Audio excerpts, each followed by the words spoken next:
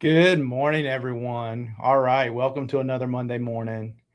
Today, I want to just take a few minutes, it's not going to take long, to discuss seller financing and where I always see people saying it means zero down. Look, every single person that I have a conversation with tells me when they tell me they have no money, they immediately go to, I want to do seller financing.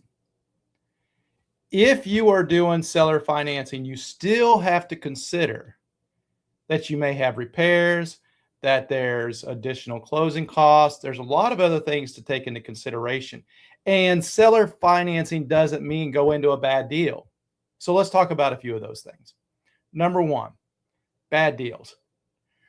Let's say that I'm looking at a property and I know the value is $1 million bankable. What I mean by that is I'm going to take it to the bank. It's going to be 1.25 DSCR. I'm going to have to put a certain amount of money down. It's going to cash flow for a period of 3, 5, 7 years, whatever that may be, right? If that's the way the bank views it, you really should start there. Okay? That it doesn't mean seller financing, let's go pay this person $2 million for a property that's worth 1 million. The very first thing you should consider is this property worth the price you're going to pay for it? Whether it be seller financing, whether it be bank financing, no matter.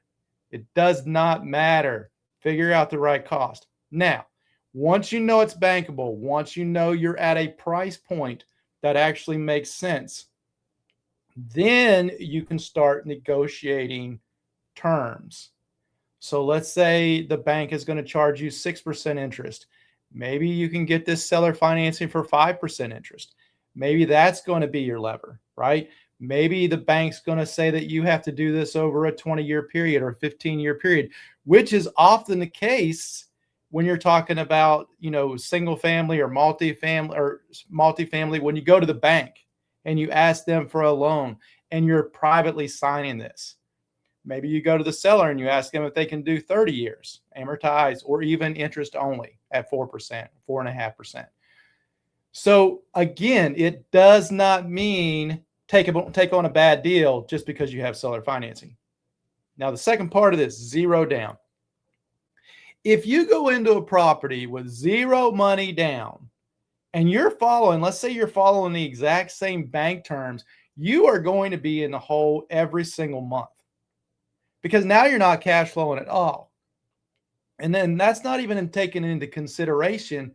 What if you need to make repairs? Let's say you got 10 units and you have to spend $10,000 a unit in renovation costs. That's $100,000, right? So make sure when you're talking about zero down that you know what you're actually talking about. Now, is it possible? Yes, 100% possible to go and find a seller financing deal that you can do 0% down. But here's the kicker. Maybe it's there's a vacancy issue. Okay. And you can quickly bring that online. Maybe there's just a few units that are not performing well and the bank doesn't want to take it on. And you can get in there and quickly turn these units. Those are the reasons that you can get in there and get seller financing.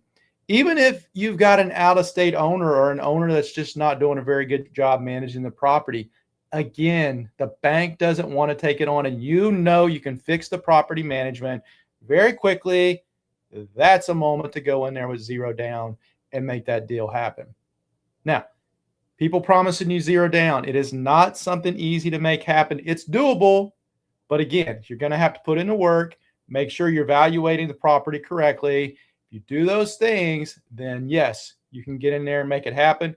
Otherwise, run for the hills.